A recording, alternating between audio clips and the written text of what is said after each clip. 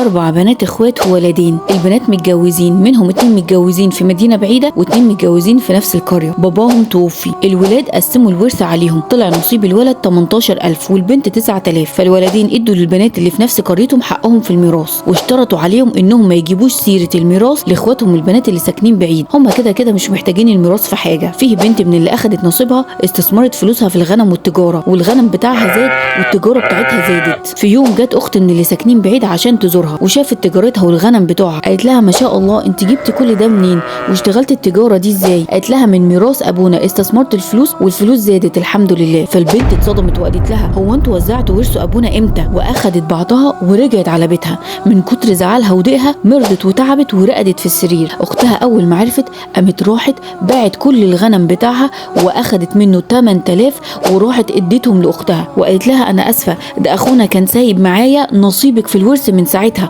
وانا نسيت اديهولك، اتفضلي دي فلوسك اهي وده نصيبك من الميراث. وعملت كده بس عشان تنقذ علاقه الاخوه اللي بين اخواتها. يا ريت كان في اخت زي دي كتير في حياتنا.